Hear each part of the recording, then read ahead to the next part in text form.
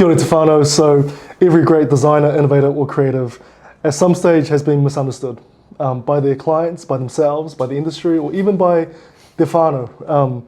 Misunderstood is about the stories behind the innovators and the creatives, the struggles, the breakthroughs, and the moments of doubt, and the resilience have helped turn it all around. And I'm super excited to have the bro Ben Redwood. Redwood, wait, is that named after Redwoods? There's some connection. Well, what do they say? Your surname connects back from English surnames, like Anglo-Saxon. Your surname connects back to your profession. Yeah. So interesting. maybe a lumberjack. Yeah, bro. I'm not built for that anymore. Well, but it's in your genes, eh? Yeah, get a bit of the old tartan and the braces and an axe and see if it comes naturally. Yeah. Well, Ben is the founder and CEO at Mutu, a New Zealand-based startup revolutionizing resource management in the construction space. So you've got a PhD in mechanical engineering and over a decade of global tech experience. That's impressive, bro. I'd love to jump into that. And Ben launched Mutu in 2022 to tackle the significant waste generated by construction activities. Mutu's platform enables companies to review, reuse, and report surplus materials, promoting a circular economy approach. And under Ben's sort of leadership and kaupapa, Mutu has directed over 800 tons of materials. Is that right, bro? We had 1,600 yesterday. 1,600, bro. Yeah. That's amazing. And saved clients more than $1.5 million in procurement costs. Is that right? We just crossed 2 2 mil, bro. My data is out of date. We're moving fast, man. You're moving fast, bro. Yeah, it's exciting. And prevented over, probably more than this, right? 120 tons of carbon emissions. Yeah, just over 300 as well. 300. Yeah, that's amazing. my purpose, man. That's what really gets me going. Amazing, bro. Piece. Well, tēnā koe, bro. I'm super excited. Cheers, I think bro. I'm really excited about this conversation because you're like from one founder to another. You know, quite oftentimes when you're talking to people who, you know, isn't necessarily has gone through the journey, it's not quite the same, eh? 100%. You know, like it doesn't quite land. But, bro, take me back. Where do you whakapapa to, bro? Like, where's your whānau from, and where'd you grow up? Yeah, kia ora. So I was born in the mean streets of Tokoroa, yes. in the South Waikato there. Yeah. And eldest of 4 boys, which was interesting. I think we all had our kind of stereotypes in terms of our family hierarchy, but I've always been very ambitious. That's kind of been ingrained in me. I had a grandfather who was a really successful electrical engineer. Okay. And he played a big role in setting up the Karapiro dams across the Waikato, which is like an iconic piece of Aotearoa's infrastructure. And he was always a bit of a kind of tinkerer as well and building things. And then my dad's always been a bit of a renovator around the house and on the tools. And so that drew me to kind of the engineering world. I always like maths, I like design, I like creating. And as an engineer, you get to do kind of the maths to prove things work and then go away and actually kind of watch it get created. And the thing I really love about engineering, one of my favorite quotes is, anyone can build a bridge that doesn't fall down. Okay. That's easy, right? Yeah. But can you do it in a cost-effective way? Yeah. Can you do it on time and in budget? Can you do it safely? Yeah. And kind of those challenges that design and creativity bring. And you know that very well with critical, right? And so I went down to Canterbury to study engineering. Yeah. Mechanical engineering, and absolutely loved that. Yeah. Somehow I got roped into doing a PhD. And so did that. So I was at university for about 8 years. It's a massive commitment, eh, bro? Yeah, I mean, I'm definitely not your traditional academic. Yeah, bro. And I was definitely a kind of B student while I was there. But then in my final year, we had design class, design engineering, and we had to do some really cool design projects. Yeah. And I just fell in love with that part of engineering. And topped the class and got my best marks ever. And the lecturer for that course came to me and said, hey, I've got a master's project you might be interested in. It's a design and build, but I can't tell you about it. It's under NDA. And I'm like, oh, how do I had a job offer from Fisher & Paykel here in Auckland. There we go, And I was like, how do I decide to do this or not? Like, if he can't tell me. And he was like, you just got to trust me. It's a really cool project. It'll suit you.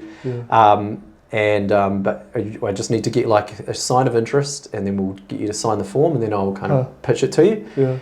And I spoke to a mentor, and you were talking about mentors, the importance of having good people around you, right? And I went to one of my mentors, and he said, you can always go get a job, Ben, but like it'll be very hard to come back to uni to do postgrad. See if that's of interest to you. So took his advice, signed the NDA, and what the project was about was using gyroscopes, connecting a bunch of them together, and then creating like a stable platform that wouldn't fall over. Okay. Like a physical physical. How big is the platform? Well, so my job was to prove it mathematically and then build it physically at a scale that we could build within our workshop, and then take that and see how we could apply it to different applications in the world. Like we were looking at like a keelless yacht, like a huge boat that's got no keel that's stabilized by this platform. And so I had this really cool... that's a keel? What is a keel? You know, the thing that's underneath the yacht that keeps it balanced so it doesn't fall over, because you know how they plane through the water to get like efficient. And so that keeps it from tipping over, and so we could put our stabilizer in there, and you could have huge yachts going over like a metre of water because it wouldn't need a keel. So was that? Can I ask? Yeah, like, of course. Real curious. Like, was that So was it your mentor? Was it your supervisor? My supervisor. Was this a startup that he or she was running? So how cool is this? So graduate from Canterbury, who was about probably at the time 65, had a very successful company in New Plymouth, and he would just sit in his office and come up with ideas. And so he'd just be sketching away. He was a mechanical engineer, and then he'd be like, I'm going to fund a PhD to see if we can do this. So he'd just take that to university. So I shared an office with 3 guys during postgrad, and all of us were just funded by this guy who was just coming up with these research ideas and then just paying for a student to see if he could realise How old were you at the time? Me? So I just finished undergrad, which took 4 years, so 22, 23. 23. Wow. And what was that experience like, bro? Like, what did you learn? You know, how has that experience being pulled into this, has that shaped you like in some way? Like, and what was good, what was tough? Really good question. I mean, one thing that's really hard to get our head around, and I was reading a book about humans are really bad at understanding what we can do in a decade, and how much we can actually accomplish over that time. Because I've heard a version of you heard this? And a little bit, but you tell me. The way that we think about things is that we're compartmentalised into 12-month blocks, right? Everything's a kind of financial year or calendar year, and our success is based on what we accomplish over 12 months. Whereas if you look back at what you've done in 10 years, a lot of people look back and they're like, wow, look where I came from, look what I've done. I'm sure you reflect on critical like that, right? That sure, it's been like a tough year, but over a decade, look at the first thing we did. Look what we got. And trying to get into that mindset a little bit more of like things don't happen overnight, particularly when we're talking about being entrepreneurs and building companies. So one thing that was interesting for a PhD is they say to you, go away and do some research to see what exists. So you go away and kind of learn about as much as you can about your subject from papers that have been published. And then they're like, yeah, cool, that looks all good. See you in 3 years. And that's when you're a 22, 23-year-old, 3 years feels like eternity, right? And some people do them a little bit faster, but on average, they're like 3 to 4 years. And so going into that mindset of like, I've got 3 years to do this project, it's hard, so I have to work to be able to kind of get through it, and constantly trying to just think about, okay, I've got 2.5 years to go, 2 years to go. That's a really interesting mentality. It flies by quick also. And, it does when you're in it. But I guess if somebody said to you now, like, we need you to do some forecasting or reporting of 3 years into the future and build some strategy around how you're going to get there and those type of things. At the speed that small businesses move, that can often seem like quite unobtainable, right? Some people are like, will I even be around in 3 years? Like, I don't know. And so that was a really interesting lesson about that, and about how you can accomplish a lot in those longer time periods if you can just get out of that kind of 12-month headspace. And I think, again, small business, one of our strengths has been agile. So at Mutu, we're a really small team. If we hit onto something that's resonating with customers, which we haven't done before, we just pivot and chase it. And that's one of the upsides to being small and being able to move. So like a new opportunity comes across your plate, sweet, we can go after that, and that's exciting. I'm still really curious to hear, bro. Like, I think when we, I think we caught up a couple of times. I think the first time I came across you was we both spoke at SBN, did a presentation at Unitec, bro. I think you spoke before me. Yep. And then a couple other times, and then most recent time we were at the, was it the Zero Waste Awards? Was it one? Yeah. But I've always been quite curious, about like what, as a kid, you grew up in Tokoroa. What was your childhood like, bro? And what were you like as a kid? Yeah. Interesting. I was a middle average kid at school. What would you? I wasn't super popular. Okay. I was probably slightly above in terms of academics. And I just had a good group of mates. Went to boarding school, which was an interesting experience. Oh wow! Yeah. But I was always really ambitious. Can I ask why? Why you went to boarding or why? Yeah. Oh, I mean, my parents kind of asked me, "Do you want to go to high school in Tokoroa?" Okay. Or there might be some other options if you wanted to. And I just heard that Hamilton Boys High, which I ended up going to, had an awesome reputation, and the opportunities that I could get there were a lot bigger. And it's one of the best decisions my family ever made for us, like going there and doing that, and the mates that I made, and boarding schools, you get a really tight group of friends, kind of living all that together from when you're young, right up to kind of when you're 7th form and you kind of run the place, which is a little bit different.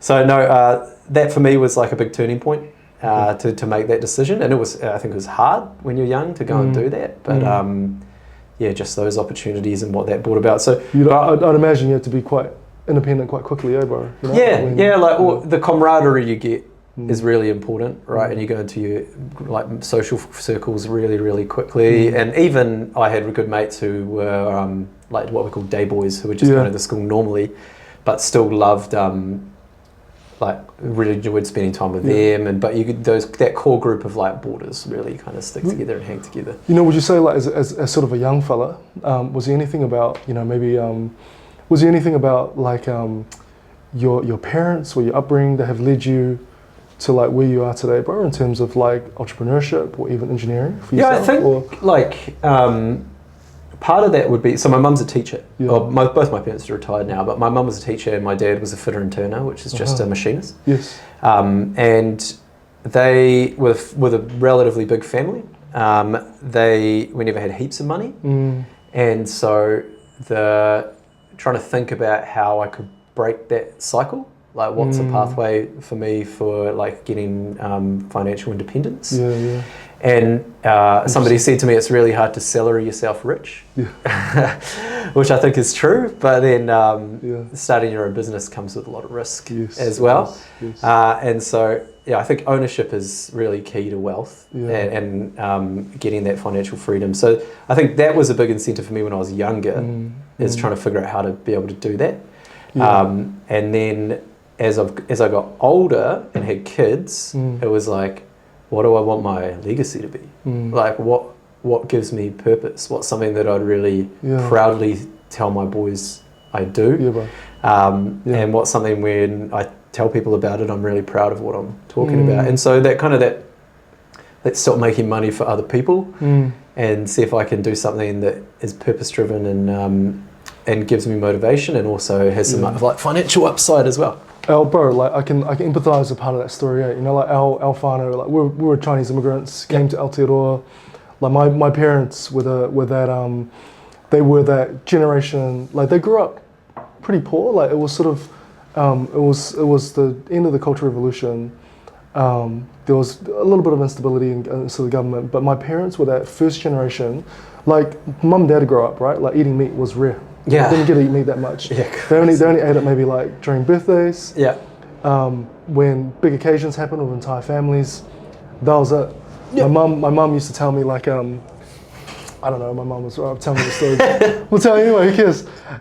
She used to say to me that when she grew up, she doesn't like chicken. And I was like, why, Mum? Why don't you eat chicken? She goes, well, when we grew up, we only could eat the sick chickens that was in the farm. And so every time she thinks chicken, she thinks disease and sick chicken and that kind of thing. I don't blame her, man. That makes sense. I know, bro. I know. never told that story, but they were that first generation where freedom for them was about getting master's degrees and education was the way out. Yeah. And like many, immigrants, right? Like for them, that was their reality. And when they came to Aotearoa, we had $2,000 in their pocket. They barely just made it, no connections. And they came to Aotearoa in the 90s. It was like, your education doesn't count anymore. Your mana doesn't count anymore. You have to restart as factory workers. And that for me, was looking at my parents and seeing them trying to find their place of belonging and trying to struggle. Like for me, it was tough, but my parents always did their best to make sure that I wouldn't have anything else that the other kids doesn't have. Yeah, I was the same. To do the best, that really resonates. They were really, yeah. But a big part of like my entire worldview for my parents is like, well, Roy, like the goal for your life is if you want financial freedom, you have to, be the best at what you can do, outcompete everyone else, so that one day you can build an empire for yourself, look after your family, and that was kind of the entirety of my teenage years. That was like kind of and later discovered that that's actually not what I wanted, And they advised you to do that through education. That was kind of the pathway for you. Yeah, it was always about education. It was always about like finding a good trade, finding a really good job, like most immigrant families are.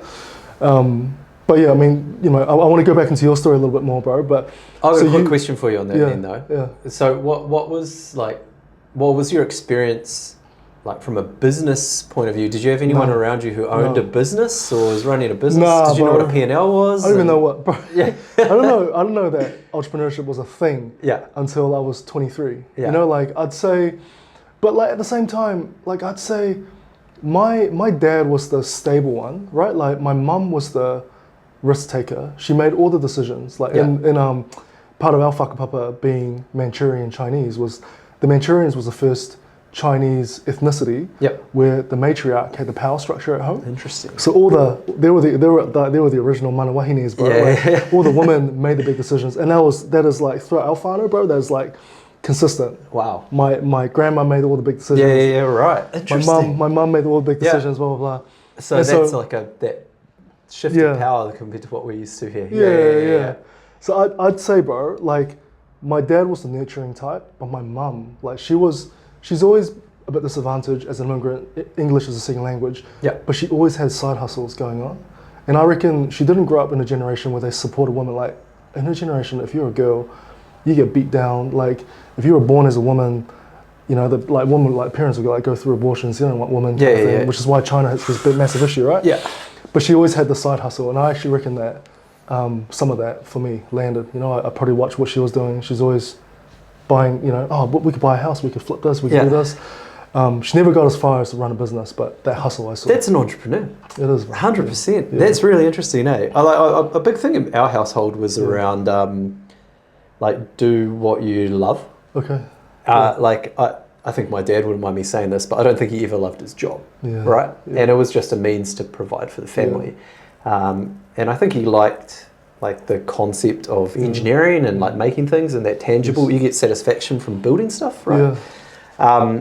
But he always would say to us, make sure you do find something you love and you do what you love and you enjoy what you love. And I think that kind of engineering was like a thing that I really liked. I loved that side of design and building things and then Granddad having that connection to that infrastructure in Aotearoa and that being important to me and so that pathway definitely, but no chat of business, no owning a business, nothing. How old were you when even the concept of entrepreneurship was that for you that you felt it was possible? Great question. Yeah. So old. Yeah. So finished uni. Yeah. Went and worked in Melbourne for a little while as an engineer, and then travelled the world for a year. Okay. Just backpacking. Yeah. And started reading a lot about Airbnb and Uber because I was using them, and I just could not believe what they were doing to traditional sectors. So you finished your PhD. You finished your time with this guy designing this gyroscope. Yep. You how many years did you do that for, bro? 8. 3 years? No, I was at uni 8 all up. 8 years all up? 7.5, 8. Yeah. So you then, did that go anywhere with that venture? it carried, like, my conclusion was that I could prove it theoretically, but I couldn't make it work physically. Okay. And then someone picked it up after me, and then I think another person picked it up after me after that. Wow. And where it's at, I'm not 100% sure. Okay. But what a learning experience. Oh, it was. Like, well, design and build, right? It's easy. It can be easy to design. Yeah. It can be easy to build if you just get told what you do. But if you're responsible for, like, that whole process, I find it really interesting. And the mistakes I made building things, and it's just. I look back at it now, I'm like, what were you doing? Yeah. Bro, if I like one trait that I reckon, if I have one trait, bro, that I am, not that like I choose to be really good at. Yeah. But like I haven't chosen this, but if I have one trait that I could say that has served me really well, is that I'm okay with failing. Yeah. And I'm okay with rejection, and I'm okay with like doing something that doesn't work, and then trying to figure it out and make it work. And I would assume, you know, in those early engineering years, bro, I would assume that like there would have been that level of what, trial and error, experimentation. Yeah, right? You got to be resilient, right? That's a really important thing. So then, like, what's your motivation? Like, so why do you think you're okay with failing, Rui? Like, where does that come from for you? Is that a question? Yeah, bro. I'd say. I'd say, you know, like, we're outsiders, right? You know, like when, you know, from a very young age, like when watching my parents, the 90s, Aotearoa in the 90s, bro, was not a nice place for immigrants. My mum and my dad experienced a lot of discrimination then, and out of their pain, my mum used to say to me, bro, as a kid, she goes, Rory, like, look, Rory, like, you got to run twice as fast if you want to have the same level of opportunity as everyone else who was born here, for example. Yeah. And then the second thing she said to me, like, out of love, you know, but as a kid it messed me up, was, you got to stop hanging out with the Asian kids. go hang out with the white kids. Yeah, okay. And it messed me up, bro. And like, I had a lot of shame and whakama about being Chinese until my Māori mates brought me into tikanga, bro. Yeah. And it was through Te Ao Māori it helped me to reconnect with my whakapapa. But I'd say, like, I watched my parents struggle, and honestly, like when we started Critical, bro, I didn't even know that was going to even be a business. Yeah. Like, it was like, I was 23, we had no idea what we were doing. We were like supporting young people with entrepreneurship to get them to start businesses, didn't know how to do it ourselves. And like right up to like 2013 to 2018, before we doubled down on this version of Critical, bro, it was like, I've tried this, we're not making any money, it doesn't work, let's try something else. And the resilience that I got is probably attributed to my whakapapa, bro. That's cool. Yeah. So, what about you, bro? Like, I mean, you finished your time at uni. Yep. You went into Melbourne. Yep. Like, what happened there? How? Yeah, there was a hard transition. I got 80. I applied for 80 jobs with no bites. Like, it's interesting. As soon as I finished my PhD. Yeah. Often people go like postdoc or academia as an option, or if you've been funded by like a company, you can go into research. Yeah, okay. I just hated the bureaucracy of academia. Yeah. I was just like, get me out of here, get me in the private sector. But a PhD graduate with no experience is quite unhireable in traditional engineering, because I think people think you know a lot when you don't, and your title can be potentially intimidating. Not that I've ever used my title for anything. And so I found it really hard to get a job over there. Really? And it just ended up. You said 80 applications. Yeah, with just nothing. And then got one really random job, just working as a kind of traditional engineer. But I knew that wasn't the end game for me. But I just needed to get my foot in the door and just get a job. You know, like I mentor a few people now, and like the people I've managed over the years, I always try and tell them, like, your current role doesn't define you. Yeah. Like, this is just a step to where you want to get to. Yeah, so that's right. Don't get caught up about like 100%. Yeah. And don't get caught up that this is it, and don't think like you have to fall into this rat race and do this for the next like 40 years. Did you ever feel like in that journey, bro? Like, I mean, like you mentioned to me when you were a little bit younger. For you, it's about, you know, the success looks like finding financial freedom, getting to a place, right? Because of Well, you've seen growing up with your parents and stuff. How, like, what was your, like, did you know at that time you were going to start a company? No. No. Like, it wasn't even an option on the radar for me. Yeah. Okay. So when I started traveling though, so tech to me, probably in the early like 2010s, was like Google and Facebook. Was as extreme as I'd gone. The term startup wasn't really thrown around too much, right? Yeah. And so I didn't even know that it was a sector or an option, right? And I didn't want to own my own kind of traditional business. That wasn't something I wanted to do. I didn't even think it was a choice, right? Yeah. But then it wasn't cool back then, bro. You know? Yeah. I mean, like Google and Facebook used to do some stuff about like their employees, and you'd see them like playing ping pong in the kitchen rooms and stuff like this, and I'll be like, oh yeah, that looks pretty cool, but whatever. That's unobtainable. But seeing like Uber and Airbnb just wiping out like the taxi industry, like I went to New York when there were yellow taxis driving around, and then I went to New York like a couple of years later, and there was just none. It's just like changed, and hotels were like everyone was just Airbnb as they were going around. So I was like, this is cool. What is this? And I was like, oh, this is like SaaS products. Oh, software as a service. Interesting. And started reading a bit about them, and I was like, yeah, I want to see if I can find one of these to work for. This sounds like it's going to be like the next big thing. And so did you, bro? Yeah. So I was in Bolivia, an internet cafe. How old were you?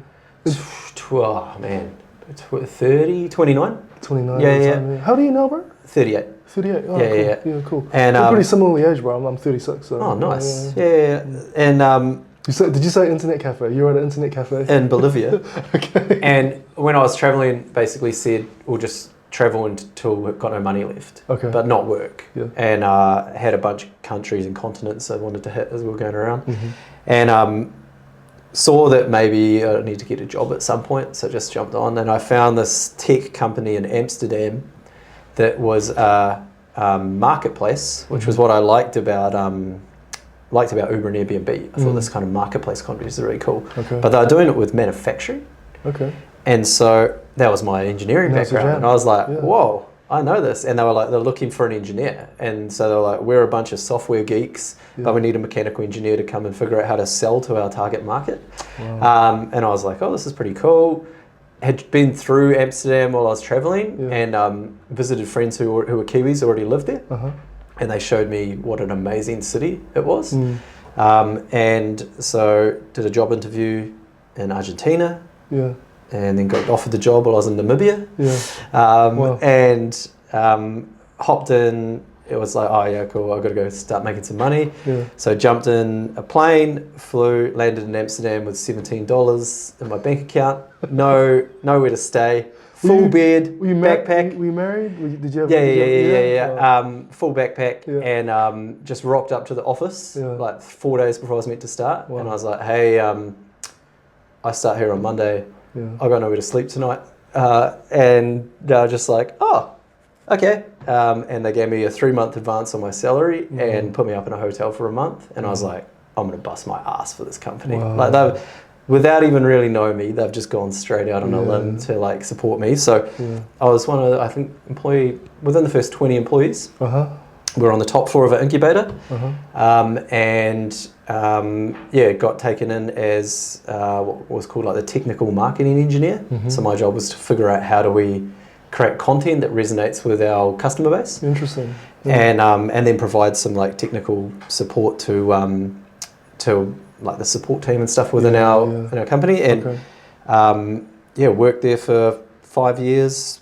200 people and got acquired for $500 million. Wow, bro. Yeah, it was did you have equity? Absolute VC roller coaster. Wow. Yeah, I did. Yeah, I had enough you get taxed at 51% on shares in the Netherlands. Yeah, wow. So I had enough to come home to Auckland and buy a house with a mortgage still.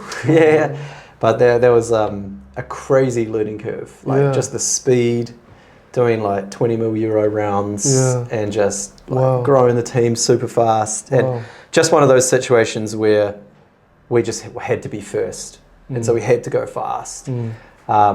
and yeah, managing a team across 5 countries. How many years, bro, were you working that place Just for? under 5. 5 years. Yeah. Wow. Yeah. Must have learned so much, bro. Yeah. Like Lots of mistakes and lots of lessons. Like I think that people in that situation just showed me like people are everything. Yeah. And you ask, would I ever think of like doing my own thing? Before starting then I was like, nah, still not interested. At the end of that experience, a seed had been planted. And it was when I came home to New Zealand then after that, I went into another tech company and they had really good founders as well. And I just had watched good founders go about their work for like 7 years. Yeah. And I thought, you know what? I might be able to do that. Yeah. Like I've seen how they approach it. I've seen how they build good culture. I've seen how they solve hard problems. Wow. And I might have the skill set to actually try and apply that to my own thing now. It sounds like those are real formative for you, bro. You know, like, oh, they were, man. That and time like in a tech company. And I could never not work in tech now. Yeah. Like like just everything about it I just love. Like solving big hard problems in the trenches with people. Yeah. I love early stage where it's just like the chaos of cold calling and trying to just get revenue numbers up, and you do something and it shifts the needle like massively. So how did Mutu start, bro? How did you go from having that experience? You've seen how other founders operate. And you go, hey, actually, I might be able to do this too. Like how did Mutu start, bro? Yeah, so Mutu originally was a app for renting things you own. Yeah. And it was a peer-to-peer app. Okay. And it had been founded by someone else. Okay. And I got approached by an investor within that original business who said, hey, we hear you're good with kind of marketplaces. Would you be interested in taking a look at this app and potentially going partnering up with the founder and seeing if you can, because we think there's a B2B play in this, like a business to business play. And so I caught up with the founder, we got on really, really well, and said, yeah, I'll come in and help. So I came in as kind of a COO role. Okay. And then the original founder was like, we did that for 3 months. And then the original founder said, the B2B thing is not for me. Like, I really like the consumer side, but this isn't the play that I want to do. Interesting. Do you want to take this over? Wow. And so I went to the board and was like, what do you guys reckon? And they were like, yeah, 3 months, you seem to know what you're doing. But we didn't have customers, didn't have anything that could give us confidence. So I said, to de-risk this, I'll take over the company, but I'll give it a year. And if we don't hit X revenue within a year, then we'll cut it. There's no traction. And I was like, I'm pretty good at this stuff. If I can't figure it out, I just don't think that there's good traction here. And so they were like, cool, we'll fund you for a year. And real good group of investors. And off you go. So I just took over as founder and CEO. And first thing I did, jump on LinkedIn. Yeah.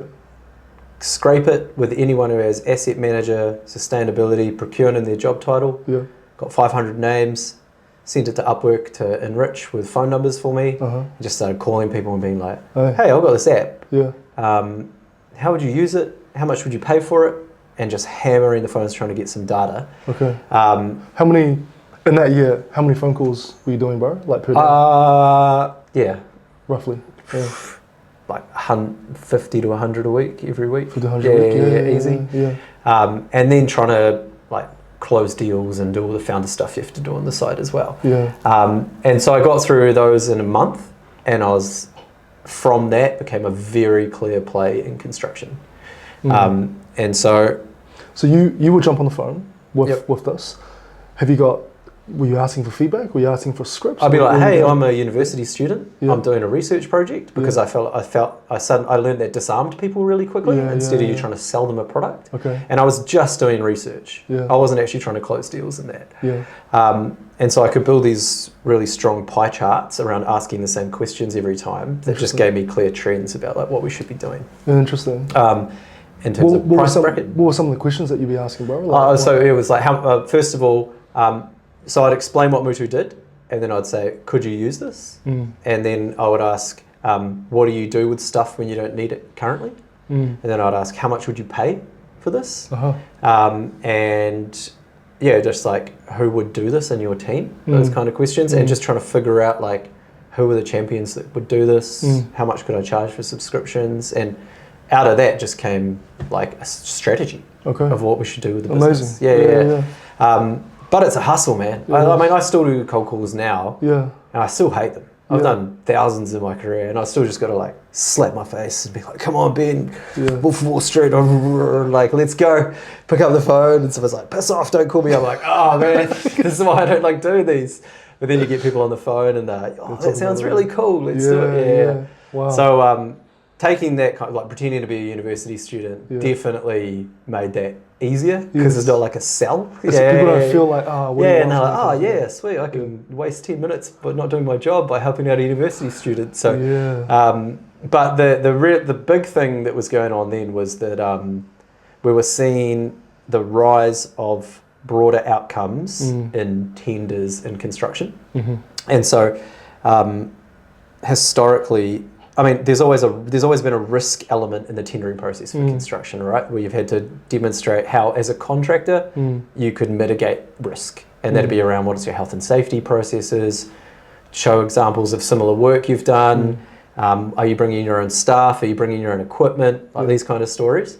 And what started getting added into the tendering process then was these broader outcomes around diversity of staff, sustainability. These different kind of questions, When you were doing that, bro, like I'm super curious to hear how much of that factors in. Like the reason why I asked this, bro, is like with critical, right? Like we try and figure out the same, right? There's the broader outcomes in the procurement process. But out of, let's just say you jump on a phone with 500 people, out of the 500, how many of those people right now today would you say will go, "Hey, that's cool. Your app is great. I'm willing to pay for it," as opposed to I'm just going to pay for the bottom dollar material. For me, that's what I'm trying to figure out. Where have you seen? Have you seen a shift since you started to where you are today? Like, I mean, what have you been learning in that space? I'm an absolute data nerd. Yeah. And numbers for me are king. Yeah. And so, like, we have a really rigid sales process at Mutu, and so we just know our conversions really well. So we just know if we converted 11% from cold lead, right? So if we've got a revenue target for the month, we just have to, and we're behind, we just have to make more calls. Like we know, and so there's definitely fluctuations in the market, like we were talking about before. Like this is definitely a harder market to sell in, and so our conversion's gone down.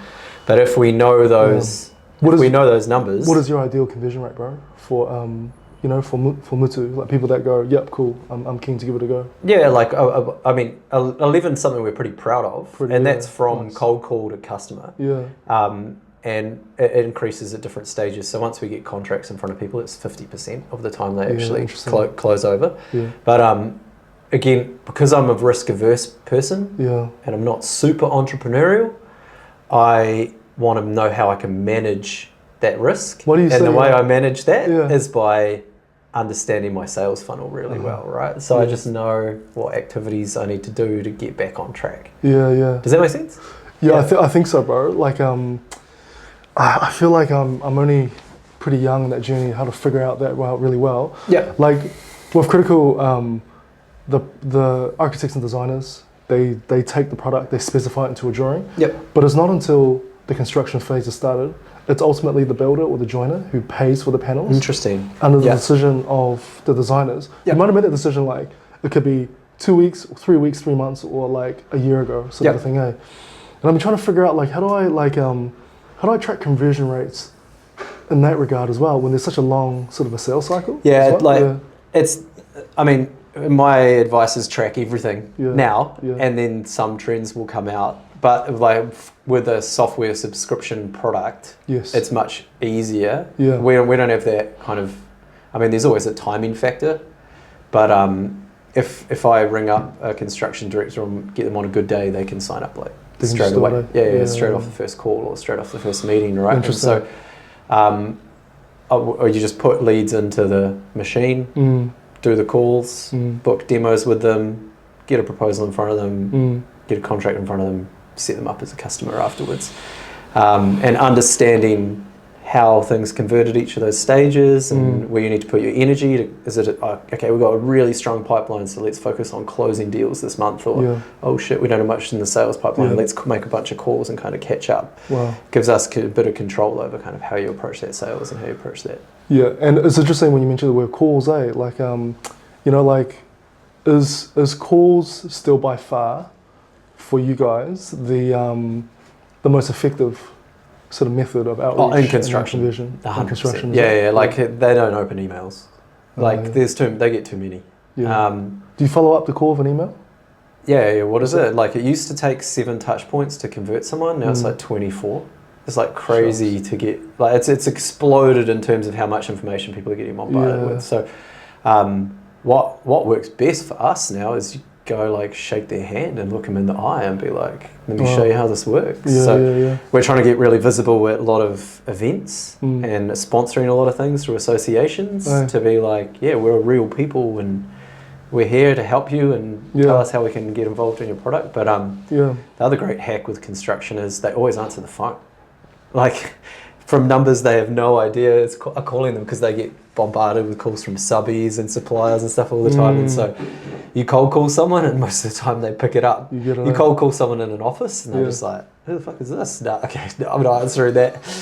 And so that's one thing I found unique about construction. But it's got to be calls, 100%. Okay. We get very little success from just like sending an email. Just emails. Yeah. One of the things I'm trying to figure out is like, because in our team, bro, it's just me. Yeah. Myself, me, and Sean. Over there. And I've got Sarah who helps me with customer, customer service and making sure that the transition from a point of interest to point of delivery runs quite smoothly. But one of the things like I've kind of leaned on is just leaning into making content. Because I was thinking, but I don't know how effective that is, right? Because our brand is known and we are known, but I think our conversion rates are quite low, or not as high as I like for it to be.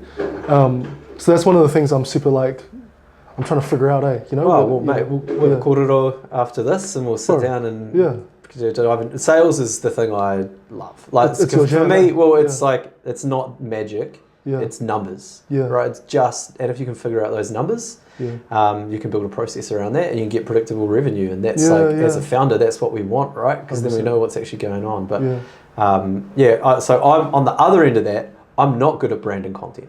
So talking about getting a bit older, I feel like I'm very self-aware at what I'm not good at and what I am good at, and I surround myself with people who are good at stuff I'm not. I think that's really important as a founder, right? You just got to accept. And I'm a good executor. Yeah, you're a closer, right? Yeah, I'm a closer. I like executing a plan. That's what I really like doing. But I'm not great at coming up with plans. And so I've got really good business partners and like my team around me who are quite entrepreneurial, big picture thinkers. Okay. And so we all kind of partner up and bring our strengths to that. And so, on the brand and content side, I struggle with that because it's hard to measure. Yeah. Right. So I'm like, is this working? Like, I don't know, but there is no denying in the last 12 months we've really tried to up our game around that side of things. Okay.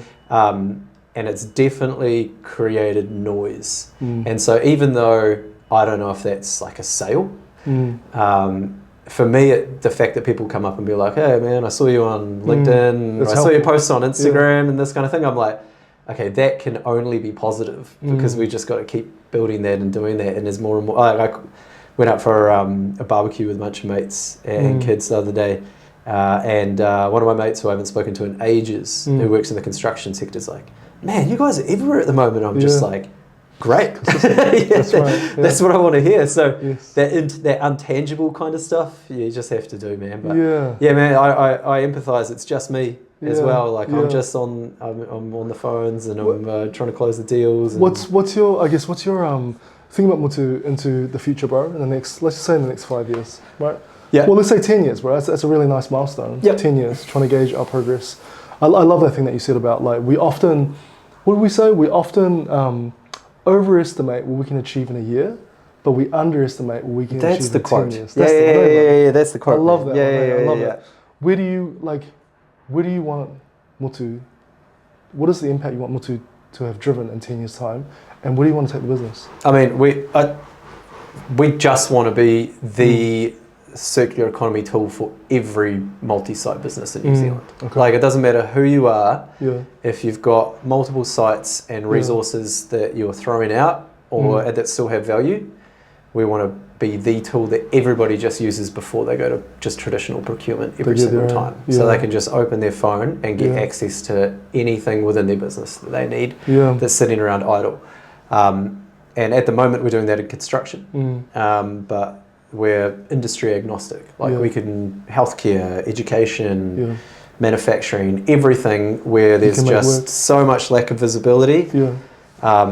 That's the thing I'm really, really passionate about, because then we can really shift the dial. Then we can really have an impact in terms of waste. Yeah, when we first started having this chat, bro, you know, like 2025 has been a bit of a lame year, but at the same time, you know, as sort of founders, we have to remain proactive. Like, what has been some of the biggest challenges, bro, you had to go through since, you know, being in that position to take over Mutu and then to, you know, to kind of grow it, to take it to the next level? What are some of the biggest challenges that has been for you, bro? Yeah, like personally, I love being in a team. Yeah, I get a lot of energy from that. Yeah, and you just can't do that at the start. It's too expensive. It is. So you just got like one or two people who are trying to kind of solve this. Whereas I get a lot of energy from like having a big team and we work together like towards a problem. So that's been like quite a big gear shift for me around like the loneliness of being a founder. Yeah, bro. I don't know if you've experienced that as well. I don't know what you're talking about, bro. Yeah, and so that to me was like something I wasn't expecting. Yes, like a lot of people think like founders just this glory job, right? And I think a lot of my customers think I'm super rich. Oh man, you had a software company, you must have so much money. I'm like, man, you should see how much I pay myself. If I gave $1, bro, for everyone who said that, bro. Yeah, it's crazy. And so like I found that loneliness piece quite challenging. Yes, bro. Yeah. And I think I can kind of see why people do co-founders. Yeah. And you can kind of share some of that pain. But again, like I think really important is putting good people around you. And I think males in Aotearoa, we're not great at seeking out mentorship and help. And it's like ideally from not family members, because they come from a point of view of like care. Yes. But like someone who's outside of your family who can be like, it doesn't have to be successful, someone who can just give you honest advice. Exactly. And has experience and more stories and battle scars that they can share with you to help you skip some of those potholes on the journey, right? And so that's been a really key thing for me as a founder, is seeking those people out and regularly having contact with them. And when I kind of chat with new founders now, I'm like, go and find some mentors. Jump on LinkedIn. Find somebody who you really like, who's doing good content or has a good successful story, and ask to buy them a coffee. Yeah. And then just sit down and chat to them, because people love talking about themselves. And then once they've done that, be like, I've really enjoyed this chat. Would you mind if we catch up once a month and I share a coffee every month? Having like 3 or 4 of those type of people around me has been really, really key for my mental health and for just sharing what's going on, and someone who my mentors have all kind of run their own businesses as well, so they can bring that to me. So that was a really key thing for me to combat that loneliness and bring that through. So I think that was it. Also just it's a lot slower than I thought. Like takes time, all we get is these stories of like startup 100 million valuation and startup 200 million sells for 400 million and like these kind of things. And you go and talk to some of those founders and they're like, I've been doing this for 11 years, man. That's right. Like, and so like there might be this great headline, but that like decade of like pain and grind and hustle behind it was something where I was like, oh no, I can do this in a year. Okay, sweet, it's all good, but these things just take time, and there's things you just can't control in that.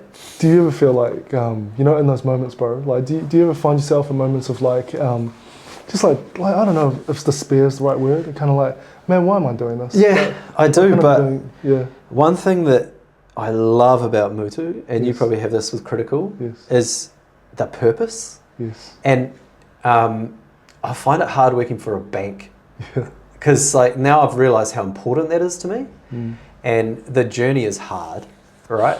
Mm. And I can't believe how motivating purpose is. Mm. And our just seeing like the waste we keep out of landfill and the emissions we're redirecting and these kind of things that all like might seem a bit hippie and like eco warrior to me, they like are so motivating and real pride that comes with that. And so in moments where it's really hard, that actually really guides me through, and I'm like, this is actually, we're doing some real good here. And so I think without that, I probably would have stopped. Just because that's such a key motivator for me to keep me going. So that's been something that was like a really pleasant surprise. And also just like, I just really believe in what we're doing. And so that will I get another opportunity like this? I don't think so. So that's highly motivating to be like, I've got to take this and run with it and really make it work. And so, yeah, those two things when it gets hard really are like, you got a chance here, and that purpose piece that's awesome, is really, really motivating for me. Yeah, bro, that's really awesome, mate. And I must admit, bro, when you were talking about you know, sort of like just how long things take. Like when we often think about startups, when we think about, you know, a cool new innovators, there's this kind of this highlight montage, this highlight reel. But that's tip of the iceberg, eh? And then 90% of the times is, you know, is the grind. It is really the grind. It's the stuff that is failing, it's not working, but we don't pick up, you know, we pick ourselves back up and make it work. I mean, honestly, bro, like this year, bro, like I'd say, man, this year's been tough. I mean, last year, there's always moments like this, but this year in particular, eh, like I'd probably say like at the start of the year, man, like I would for 5 months, minus the last 2 weeks, bro, like I would like go to bed, right? And the minute I close my eyes and I try to go to sleep, my mind, my brain rushes, here's all the problems that I got to solve. And here's why you're doing a really bad job at solving them. And like right in the middle of this, right, there's massive, just like waves of anxiety. And then I have to like sit up and take really deep breaths. Or even at like sort of like on a Saturday, you know, the kids I looked after, they're having a little bit of screen time. I'm trying to have a bit of a break. And it's the same thing. Like I lie down, I try to have a midday nap. And then the minute I close my eyes, bro, there's this like rush of anxiety. It's like, fuck, I'm not doing this well. I should be doing this so much better. Man, the business should be at this. Why is it in this position right here? So I don't know where I'm going with that, bro. But I often just feel like this year, bro, it's and as sort of founders, bro, just have heaps of these moments. And I don't know, bro. I don't know if it's the same for you or if it's, you know, but at the same time, I also go, there's nowhere else I'd rather be than to be in this position right now. You know, to have this privilege of this purpose, to solve this problem. Because I've also worked in corporate and I fucking hated it, bro. No, I agree. Like I call it the excitement and terror slider. So like, and this year unfortunately has been down the terror end. But I swing back and forth from being like, I'm gonna be a billionaire to how do I pay my mortgage next week? And like back and forth.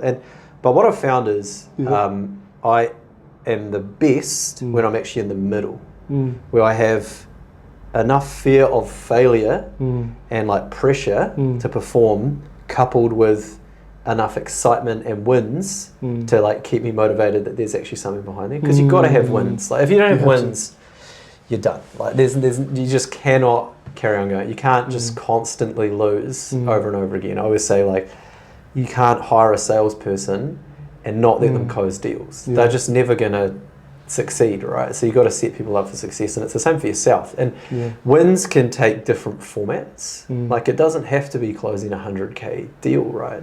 It can be something where perspective has changed and you get a different type of win for that week or that month. And as a founder, you can actually like architect those yourself when you know you need them. So like, what does a win look like for me? If it's not like a big revenue month, what is it actually? Oh, you know what? It's booking a meeting with this client I've been trying to get in for 100%. ages, and or it could be like making a hire within the team, or hitting some type of milestone around how you measure your metrics that you guys are trying to do, like 1 million tons kept out of landfill or something, and trying to gear in your brain to say that's actually a good thing, and then stopping and celebrating that moment. What are your rhythms, bro? Like, how do you, like, for example, what do you do on a daily basis that keeps you in the place of that middle? Yeah. What do you do to architect the wins, the win metrics? Yeah, really good question. How do you do that, bro? What's yours? Well, like, I get a lot of energy from like talking about Mutu. Yeah. And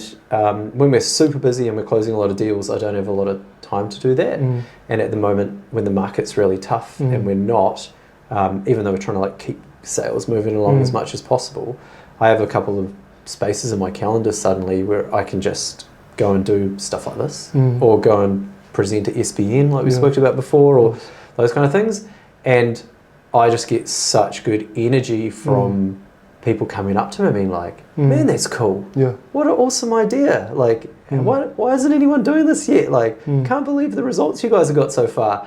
And so I know if I'm having like a really down couple of weeks, I'll see if I can find like an opportunity to go and talk about Mutu to a group of people. Yeah. And then the energy I get back from that's like, yeah, okay, this is why I'm doing this. Yeah, that's and so try and kind of figure those out. I'm also like, I live and die by my calendar.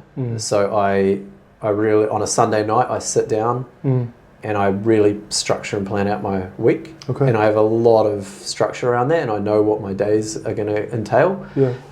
And if it's in my calendar, I'm always there, no matter what. Yeah. And so that gives me like a good focus for how my week's going to play out, and the things I need to do for the week, and things I need to get on top of. Nice. And within that, I can then plan things like taking the boys to soccer practice, which I really like doing because it's like it breaks out my week, and it's something where I can go and like turn my brain off, and I don't take phone calls, and I just kind of watch them do practice, and it's like, yeah, cool, I'm not in front of a computer like staring at a dashboard right now. So yeah, like I think that structure helps me kind of figure out what are the things I kind of need from the week. But I definitely get the most energy from, and I'm sure you do as well, telling people who don't know about Critical your story, right, and hearing that feedback. And I've just realised that's important to me. Yeah. I do like what you said about like architecting the metrics. Yeah. And it isn't necessarily about like, oh hey, we're gonna architect the metrics so it's convenient for me, but it's actually more about retraining the brain and having metrics that are adjacent to success. Yeah. It might not be the, you know, I've been learning about like I can't control the outcome, but I can't control the results or the outcome, but I can control I can control how proactive I am. Yep. To go after those metrics as well.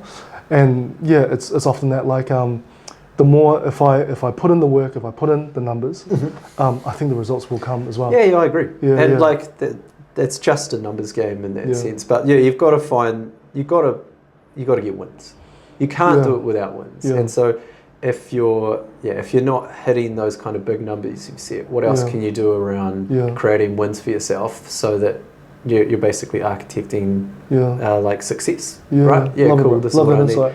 But at the same time, you got to hustle. Like you can't escape hard work. You can't escape. You got to do sales. It's like the craziest thing. Like all the smoke and mirrors of running a business. Yeah. If you just can't get sales, like none of it matters. None of it works. And doing all the marketing's fun, and like team activities and podcasts and stuff. But like, you got to get sales, and sometimes that's just like slapping yourself in the face and being like, okay, I've got to do 20 cold calls this week. Let's crank it. Yeah. If my last question for you, bro, is I'm really enjoying this chat. You know, like it's been real, like I don't know, bro, borderline sort of therapy or empathy. Oh man, it is. It's so therapeutic to do this stuff, right? Yeah. I like my question for you, bro, is thinking about what's one advice, bro, you'll give, to your younger self, you're 38, back to your 18-year-old self when you were younger. What would you say to them, bro? Well, it's funny because I don't know about your parents, but I think my parents are from a generation where there's a lot of planning of your career and a lot of like you be with a company almost for life, Your life, right? yeah, And go there and work there, and you just don't really have that anymore. So, like, my advice to my younger self would be just like play what's in front of you and back yourself. And if you work hard and get to a point where you're good at what you do, opportunities and success come. Yeah. But it's not easy. The other thing to my 18-year-old self, I used to think, oh man, I'm kind of a smart guy, just going to get rich being lazy. Like, and I wish I'd said to myself, like, there is no substitute for hard work. There is like, it sounds so cliche, right? But you just can't beat working hard. And if you go into a company and you work hard and you perform, the opportunities will come. Yeah. And if they don't, other companies will want you anyway. And so I wish I had been a bit more like aggressive at the start of my career and gone after things a little bit more, because now that work ethic I have now, it's just so hungry. Hey bro. Yeah, you just like that hard work, I just slap it up, I'm like, let's go, because it's super motivating what we're doing. I'm still just super curious about, you know, like your routines and how you spend it. Like, what does your normal work day look like, bro? How do you structure the hustle of entrepreneurship around being available for your kids? Yep. You know, how many days do you work in the week? Like, how do you structure your weekends? No, like, good question. Like I found I actually quite like working at night. Okay. And with so the hard stuff. So like, I love productivity. I'm massive. I've got like all this productivity stuff I've done in the past, and so the way I build my calendar is pretty strategic in terms of hard stuff in the morning, like easy stuff in the afternoon, grouping meetings. So like if I have pitch meetings with customers, always doing them like back to back in half-hour blocks. So it forces me to be efficient in them, because I can't escape. There's no gaps. Like you just got to get through these as well as you can. Interesting. And then blocking time for school pickup, spending time with kids, getting dinner sorted. Do you need to go do that now, bro? No, we're all good. Okay. And then doing like stuff I can do at nighttime. Yeah. Just putting on some vinyl, sitting on the couch and just working on my laptop. Yeah. And I can still do like an 8-10 hour day with that. It's just not a traditional solid block, right? Yeah, it's kind of using it how I want to use my time. Yeah, and, cool. And leaving those things, which might be editing a social media video or cleaning up some data or making a report for one of our clients or something like that at nighttime, which are things that I enjoy doing. I just kind of leave, oh yeah, cool, I'll do that tonight, because I like working on that stuff. And then like now you got to make the calls, Ben, because you can't call people at night. Like you got to get on the phone and do it. Yeah. And so if you looked at my calendar, you'd see there's a lot of kind of structure in how those things are played out, and that helps build really good routine for me. Love to see it, bro, after the podcast. Yeah, that'd be cool. Yeah, and and so just trying to use my time, like you said, it's easy to be busy, right? It's hard to be productive, and so. Really focusing on what those blocks are throughout the day, and setting myself up so that by the afternoon I'm kind of doing things I enjoy and just getting the hard stuff out of the way in the mornings. Yeah. What's one thing, bro, that you're really excited by looking in for the rest of this year? Yeah, is there anything that's... I'm really excited for things to get better. Yeah. Because they feel pretty bad right now in terms of market, right? Yes. And so I think just pushing through this period as a small company, there's so much pain in Aotearoa at the moment. I know. And getting through this gives me lots of optimism for the future, and what things will be like, and the opportunity that's kind of sitting on the other side of this hump that we've got to push through. So that's super motivating for us. A big thing for me is we've kind of neglected our product development, our app development for the last 6 months. And our big focus has actually just been on making it more scalable, which isn't very sexy. And our back-end developers love that stuff though, so I just let them do it and they tell me it's going to be better, so whatever. But we've got some really cool ideas around like automation and eliminating the people factor in the Mutu app, which will just absolutely skyrocket our adoption. So also pretty excited about some of the cool stuff we've got coming down the pipeline there around what our app will be able to do with the businesses we work with. Exciting, bro. Yeah, really pumped day. And bro, we'll really appreciate you coming out onto the podcast, bro. I feel like this is probably one of many as we talk about and deep dive into certain areas of what it looks like to build our businesses and both the excitement and the Yep. challenges, eh? But really appreciate it, bro. Like, I loved your story. I loved, I loved like the humility in the early years, bro. Like when you've gone in to learn and then to actually understood what works well and what other great founders do really well and how you can apply that yourself. Yep. You have a lot of humility saying that, like, I'm not very entrepreneurial. I still don't get what that means, bro, but I feel like you're very entrepreneurial, you know, like just, you gotta architect that into your self-talk, I do. eh? Nice. Yeah, and I love that. I love that thing that you said about the metrics, because it's so true. You know, like, I don't know, but probably as founders, we're the biggest. Like, I'm probably, for me, the biggest self-critic, and and I really like what you said about refocusing on the wins and developing the wins to positions of stuff that you can control, even if it's not the big overarching goals that the business really needs at the moment. Yep. That's really cool, bro. So where can people find you, bro? How can people search up what you do? Yeah. I'm terrible on social media, so don't go there. Yeah, but just jump on mutu.co.nz and come and check out our website and see what we're doing. And if you're a business that thinks you could be a fit for us, chuck your details in there and I'll give you a call. Beautiful, bro. Legend. Thanks, Rory. Shot on it. Too good, eh? Cheers, bro. Thank you. Thanks for having us.